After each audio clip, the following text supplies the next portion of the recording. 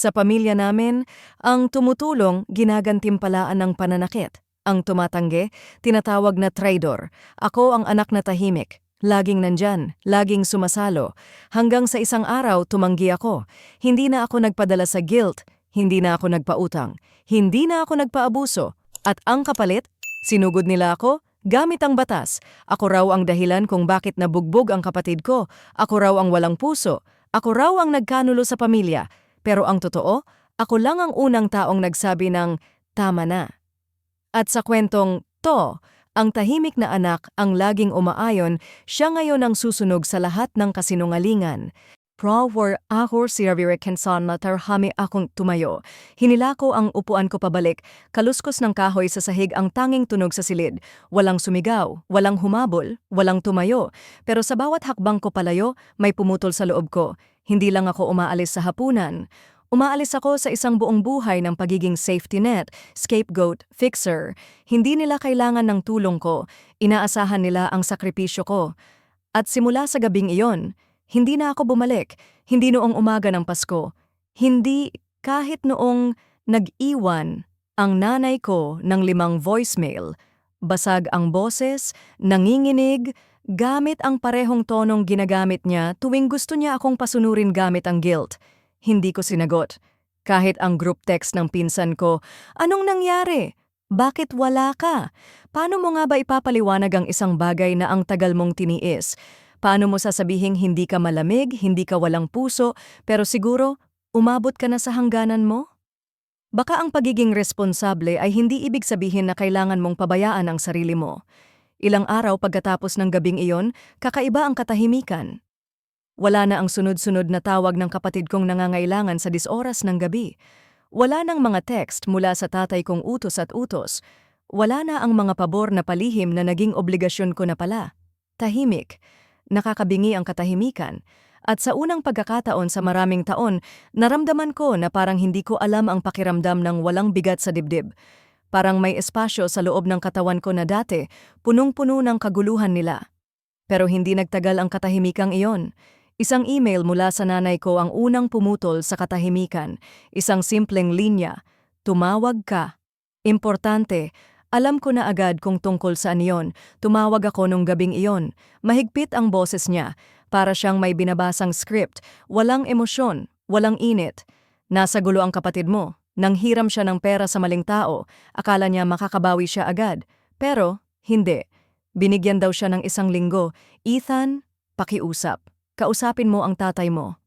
Ang lalaking iyon, ang parehong taong isinigaw sa akin sa hapagkainan, na tiningnan akong parang estranghero, hindi siya ang nagpalaki sa akin. Hindi siya ang naghatid sundo sa akin. Hindi siya ang kumupkop.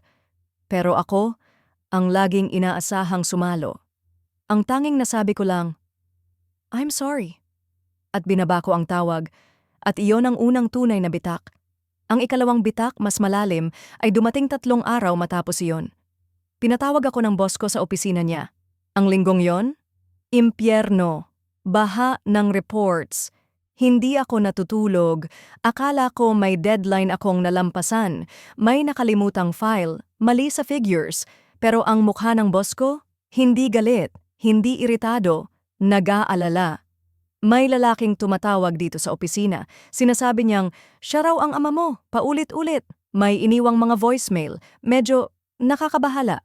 Inakusahan niya ang isa sa receptionist natin. Sinabing inabandona mo raw ang pamilya mo, na may moral kang obligasyon. Nanlamig ang katawan ko, hindi ako makapagsalita.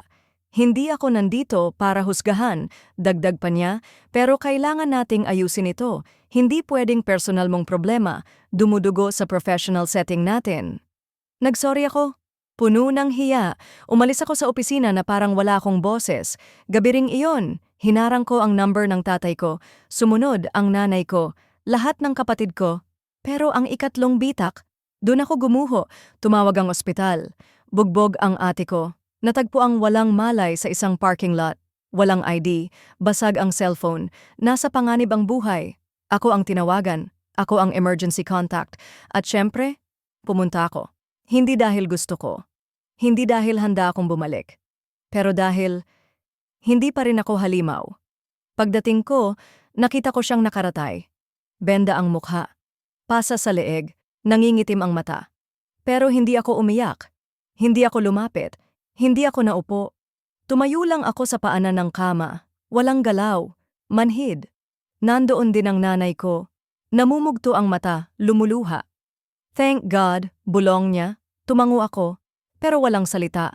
Hanggang sa pumasok ang ama ko, parang bagyong dumaan.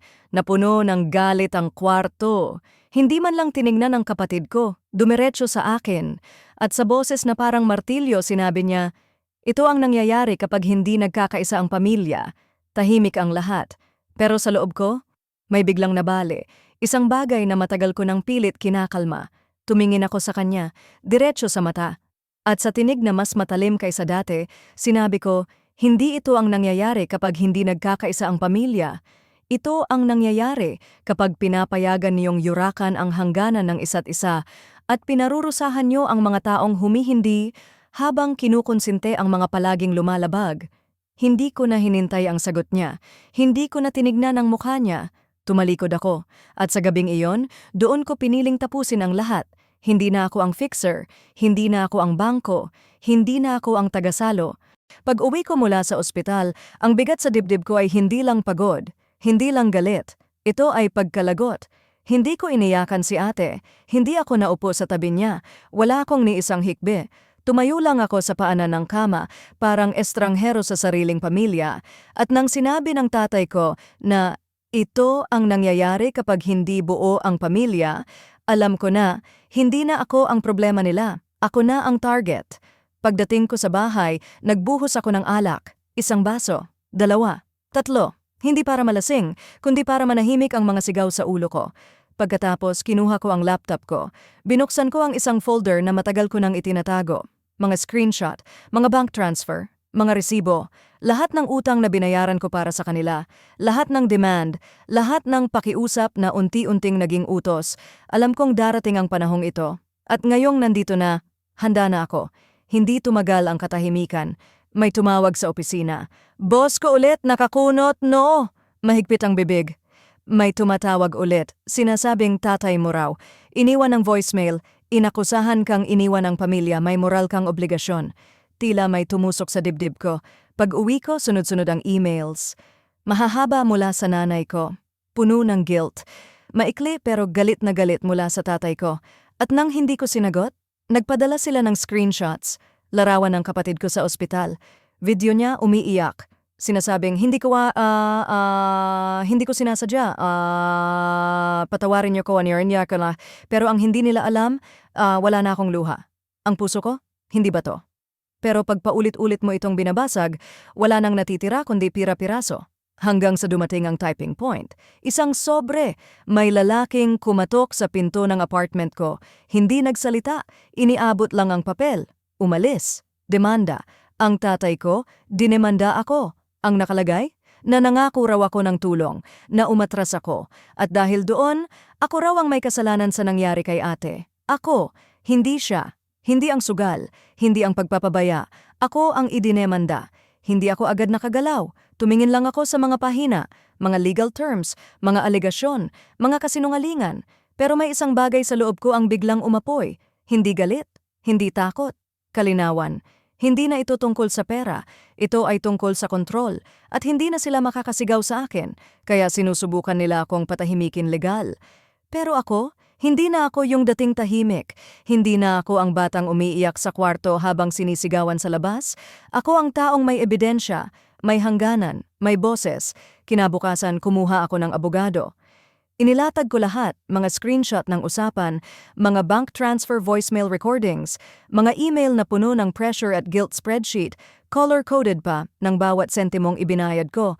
Pagkatapos niyang tingnan, sabi niya, isa ito sa pinakamalinaw na kaso ng emotional at financial coercion mula sa sariling pamilya. Ginawa mo na 70% ng trabaho. Tayo na ang bahala sa huling 10% at doon nagsimula ang laban. Hindi kami nag-react sa demanda. Nag-counter kami. Motion to dismiss. Reklamo ng harassment. May testimonya pa mula sa mga kaopisina kong narinig ang mga tawag ng tatay ko. Ngayon, hindi na ako ang tahimik. Ako ang lumalaban. Hindi sa galit. Hindi sa paghihiganti, kundi sa katotohanan. Ito na ang simula ng katapusan, hindi ng pamilya, kundi ng pananahimik ko. Hindi pa tapos ang laban. Kilala ko ang tatay ko. Hindi siya titigil hanggang hindi niya ako muling nababalik sa ilalim ng kontrol niya. At ngayong hindi na niya ako maabot gamit ang boses, sinubukan niya akong durugin gamit ang batas. Kaya tinudo ko na rin. Nag-file ako ng petisyon upang legal na maputol ang anumang responsibilidad ko sa mga utang ng kapatid ko. Hindi lang ito tungkol sa pera. Ito ay tungkol sa kalayaan. Kasama sa petisyon ang lahat.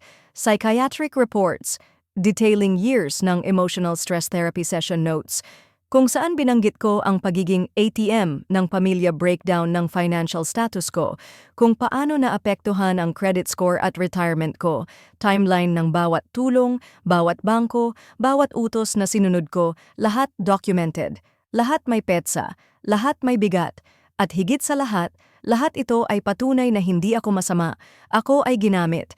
Dumating ang araw ng hearing, malinis ang suot ko. Bitbit ko ang mga folder ko. Maayos, sunod-sunod, may kulay, parang sandata sa laban ng katahimikan. Hindi dumating ang tatay ko sa unang hearing. Sa pangalawa, dumating siya. Magulo ang buhok, bitbit ang galit, nagmumura sa hallway, sinisigaw ang, "Walang utang na loob! Pamilya mo to! Sa gilid nakita ko si nanay! Umiiyak!"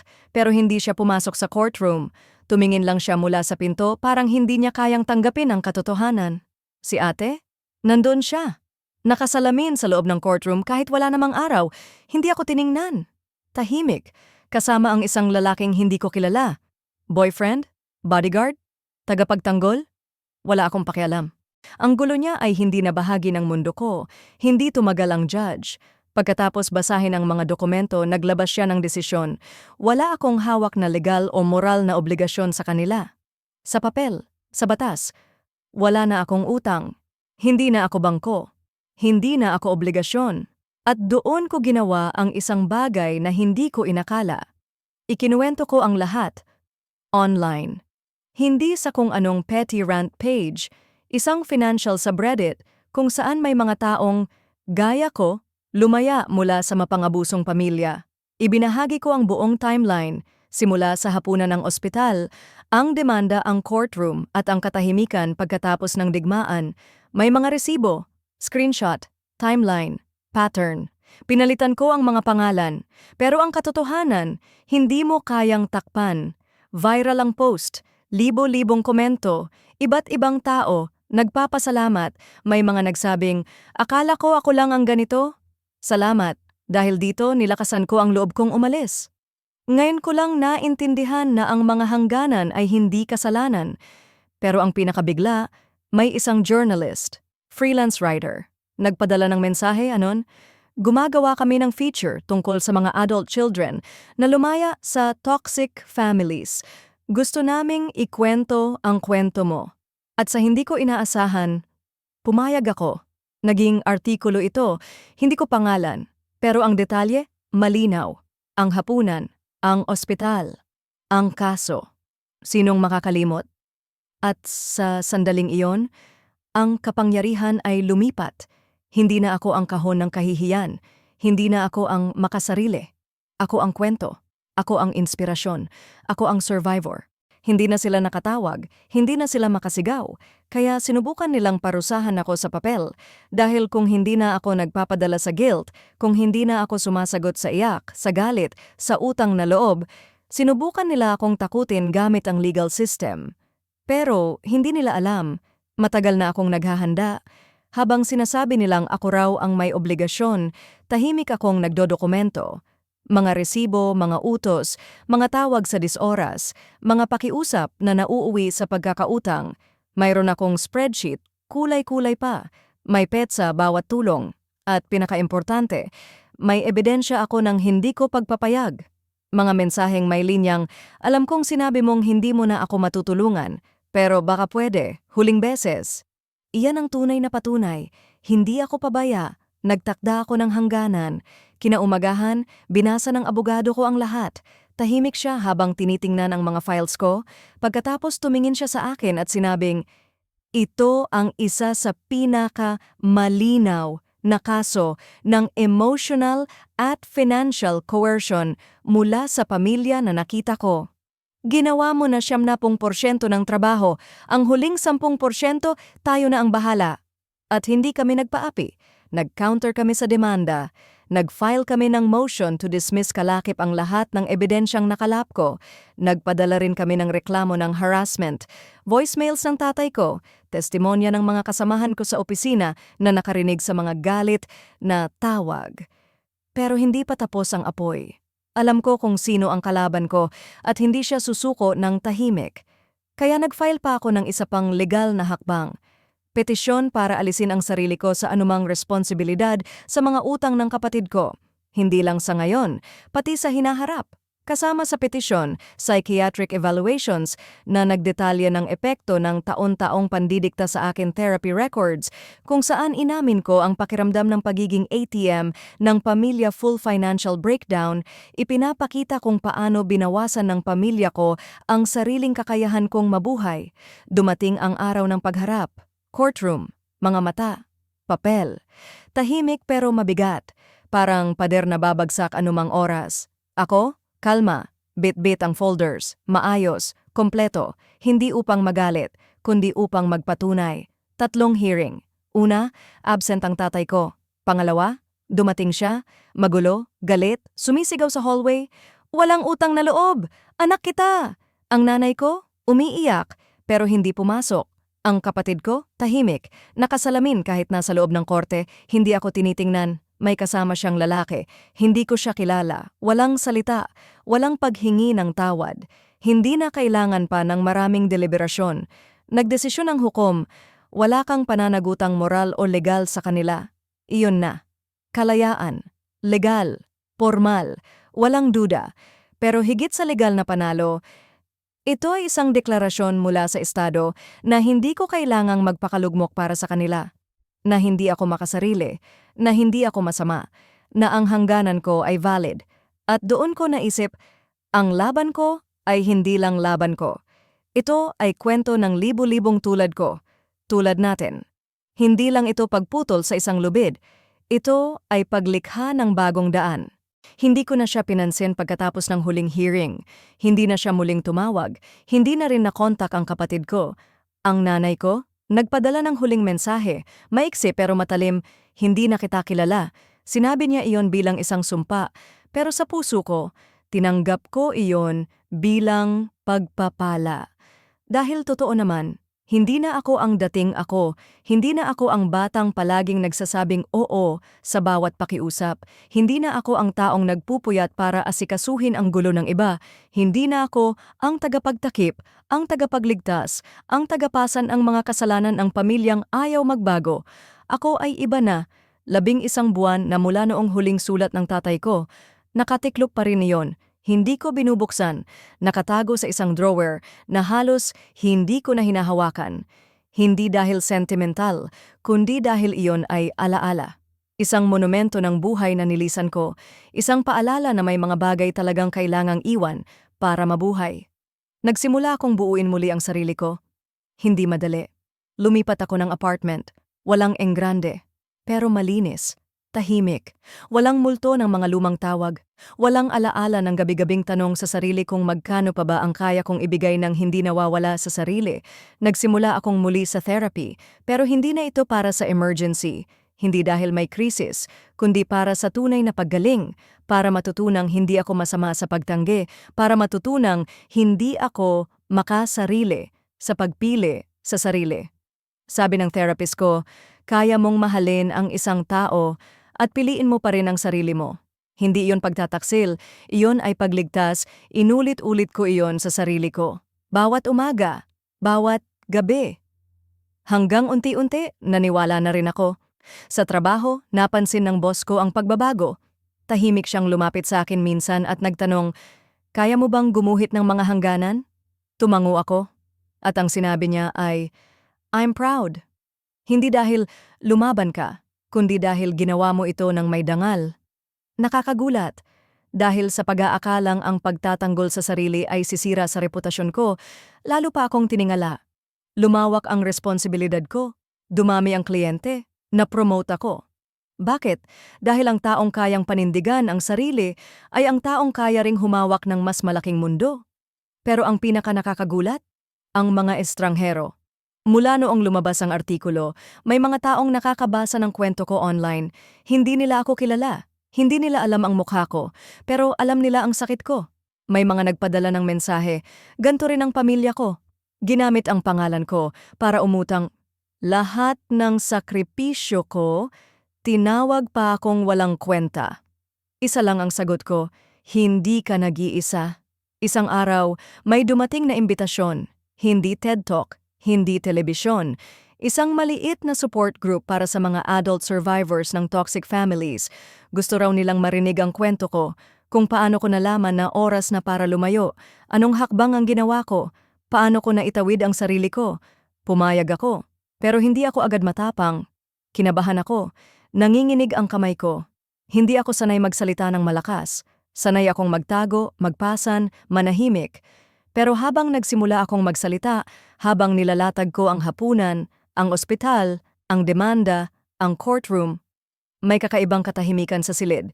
Isang uri ng katahimikan na hindi nakakabingi, kundi nakakaunawa. May mga umiyak, may mga tumango, may mga ngumiti, mapait pero totoo. At pagkatapos ng lahat, lumapit sa akin ang isang matandang babae. Mga 60, ubanin ang buhok, tila pagod na pagod pero buo pa rin ang puso. Hinawakan niya ang kamay ko at sabi, "Ang kwento mo ang nagbigay sa akin ng pahintulot na umalis." Sa kuya ko, akala ko hindi ko kaya hanggang ngayon. Hindi ko alam ang isasagot, kaya niyakap ko na lang siya. At sa gabing iyon, huminto ang kahihiyan. Hindi na ako ang bata sa kwarto, tahimik na umiiyak habang nag-aaway ang mga matatanda. Ako na ang babae sa harap ng mikropono, tinig na may lakas, hindi para manumbat, kundi para magpatawad. Hindi para magalit, kundi para maghilom. Bahagi 7. Katahimikan ang aking revolusyon, lumipas ang mga araw. Tahimik ang phone ko. Walang missed call, walang voicemail na puno ng guilt, walang galit, walang pangungutya. Sa wakas, katahimikan. Pero hindi ito yung katahimikan na may kasamang kaba. Hindi ito ang uri ng katahimikan na parang bago. Ang sananinggang gom niya, babagwam bayo. Ito yung katahimikan na tila nagsasabing, tama lang ang ginawa mo, panahon na. 11 buwan na mula noong huling sulat ng tatay ko, hindi ko pa rin ito binubuksan. Nakatupi ito ng maayos, nakaipit sa likod ng drawer, sa aparador. Parang relic ng nakaraang buhay, hindi sentimental. Hindi sa ayaw kong malaman ang laman. Alam ko na kasi ang laman bago ko pa ito basahin, at higit pa roon alam ko na ang halaga ko.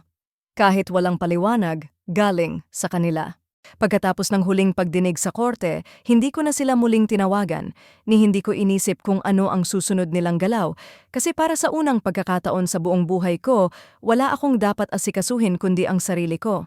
Lumipat ako sa mas maliit na apartment, tahimik, maliwanag, walang alaala ng kahapon, walang echo ng mga sigawan, walang guilt sa mga pader. Nagbalik ako sa therapy. Pero ngayon, hindi na ito para sa crisis control, hindi ito para sa pagsagip sa sarili mula sa pagkawasak. Ito ay para sa tunay na paggaling, para sa pag-aayos, hindi ng iba, kundi ng sarili. Sabi ng therapist ko, "Huwag mong kalimutan, kaya mong mahalin ang isang tao at piliin mo pa rin ang sarili mo. Hindi yan pagtataksil. Iyon ay kaligtasan. Bawat araw, inulit ko iyon. At araw-araw, pakonti-konti, natutunan ko ring paniwalaan ito. Sa trabaho, unti-unting napansin ng boss ko ang pagbabagong hindi ko inaasahang mapapansin ng iba. Isang araw, tinanong niya ako, "Kaya mo bang gumuhit ng hangganan?" Tahimik akong tumango. At ang sagot niya, "Proud ako, hindi dahil lumaban ka, kundi dahil ginawa mo ito ng may dignidad. Walang sigawan, walang eksena. Tahimik. Dokumentado. Totoo. At ang pinaka-hindi ko inasahan, umuusbong akong muli sa mata ng iba. Mas maraming kliyente, mas maraming responsibilidad, promosyon, respeto. Hindi dahil perpekto ako, kundi dahil kaya kong panindigan ang sarili kong hangganan.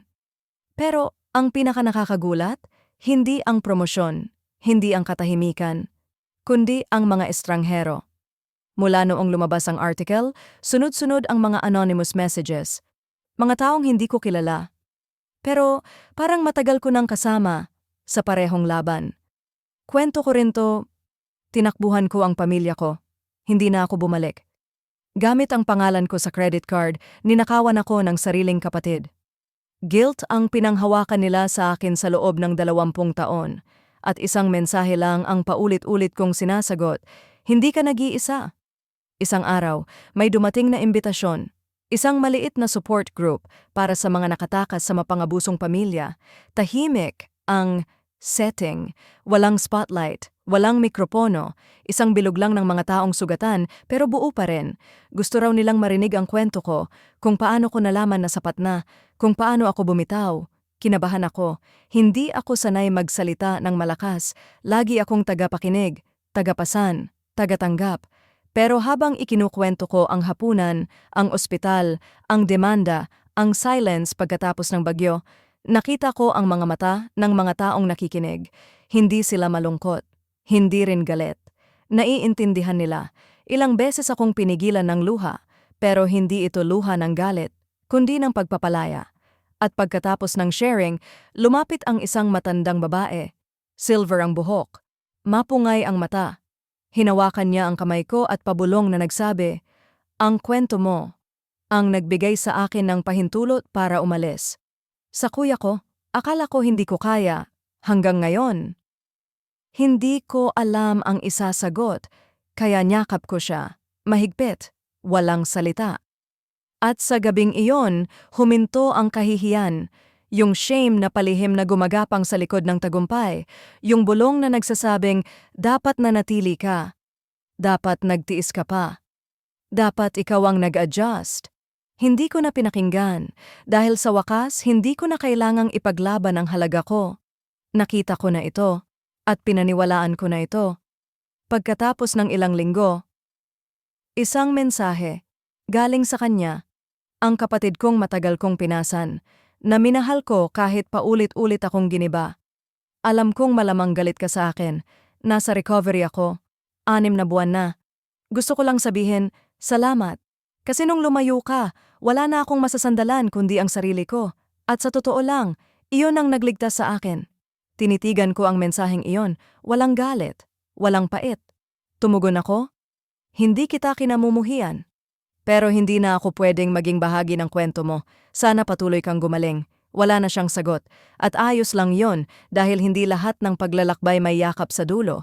Hindi lahat ng sugat may sorry. Hindi lahat ng relasyon kailangang ayusin. Minsan, ang pinaka-taos-pusong pagmamahal ay ang pagpili na hindi na bumalik. Bahagi 8, ang aral, ang aplikasyon, at ang kalayaan. Minsan iniisip ng mga tao na ang pagtatapos ng kwento ay may kasamang fireworks, may harapang paghingi ng tawad, yakapan, muling pagkakaayos. Pero sa akin, ang pagtatapos ng kwento ko ay katahimikan. Walang pagsabog, walang pagbawi ng salita, walang malalalim na liham. Isang mensahe, isang pagtanggap, at isang hiningang malaya. Ang pinakamalaking pagkakamali ko, hindi yung tumanggi akong bayaran ng utang sa pagsusugal ng kapatid ko, hindi yung pag-block sa nanay ko, hindi yung pagharap sa korte o paglabas ng kwento online. Ang pinakamalaking pagkakamali ko ay yung mga taon na hindi ko alam na pwede akong tumanggi, mga taon na inakala kong pagmamahal ay sakripisyo, na pagiging mabuting anak ay pagiging available 24 sa 7 araw, na ang pagsuporta ay walang hangganan. Naniwala ako na ang loyalty ay dapat walang kondisyon, na anak ka kaya tungkulin mong saluhin sila, na kahit paulit-ulit na akong basagin, ang dapat kong sabihin ay, sige lang, kaya ko pa. Pero hindi ko na sinasabi yon ngayon, dahil ngayon alam ko na ang pagmamahal ay may hangganan. Ang respeto ay hindi hinihingi, kundi pinapakita. At ang pagiging pamilya ay hindi exemption sa accountability. Walang nagsasabi sa atin nito habang lumalaki tayo. Walang nagtuturo kung paano humindi. Walang subject sa paaralan na Boundaries 101. Walang manual kung paano i-handle ang guilt trip, ang gaslighting, ang silent treatment. Kaya tayong mga anak, lalong-lalo na sa kulturang Filipino, lumalaki tayong may dalang bigat na hindi naman atin. Guilt, expectation, shame. At sinong magpapasan yan? Tayo. Hanggang bumigay ang likod, hanggang mawala ang boses, hanggang ang buong pagkatao mo ay naging extension na lang ng pangangailangan ng iba. Pero ito ang natutunan ko, walang masama sa pagiging mabait, pero masama kung ang kabaitan mo ang ginagamit para abusuhin ka. Walang masama sa pagtulong, pero masama kung nawawala ka na sa sarili mo kakabigay. At walang masama sa pagmamahal, pero kung ang pagmamahal ay ginagamit para kontrolin ka, hindi na yan pagmamahal. Iyon ay control. Natutunan ko na ang mga red flag ay hindi lang makikita sa romantic relationships.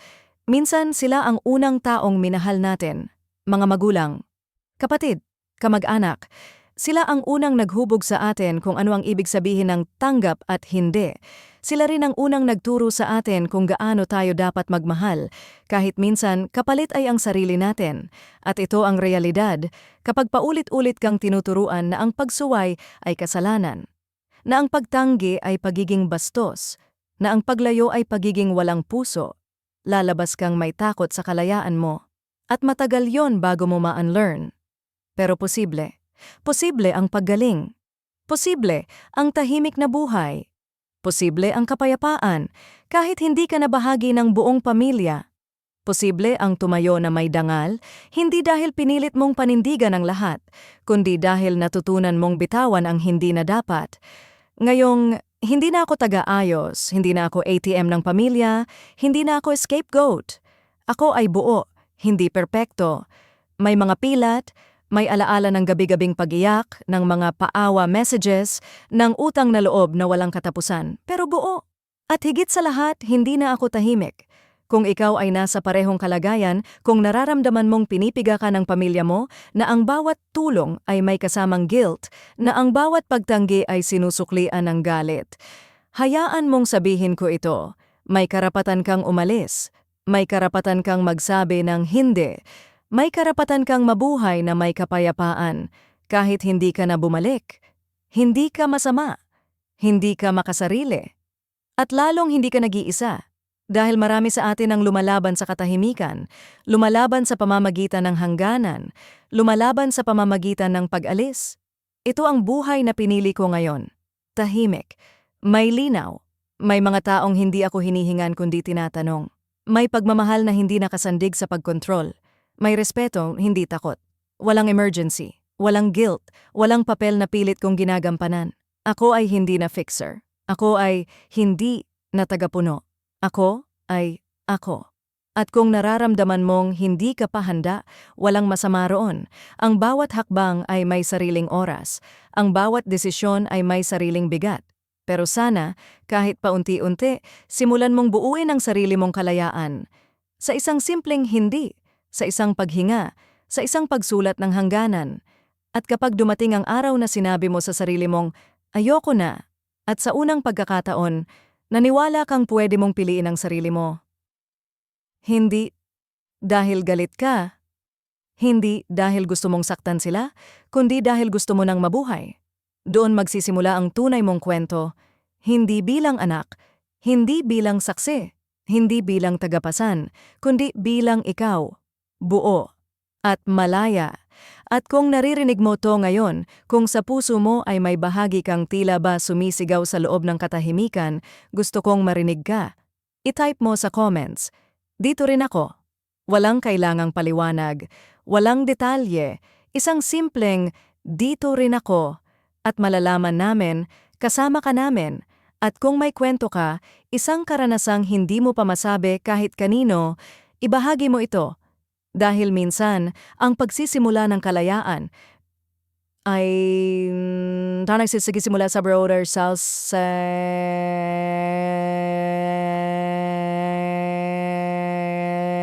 katotohanan, Auster.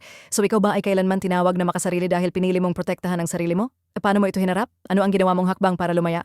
Ikwento mo sa comments, may makikinig. At baka sa kwento mo, may isang buhay ring mababago.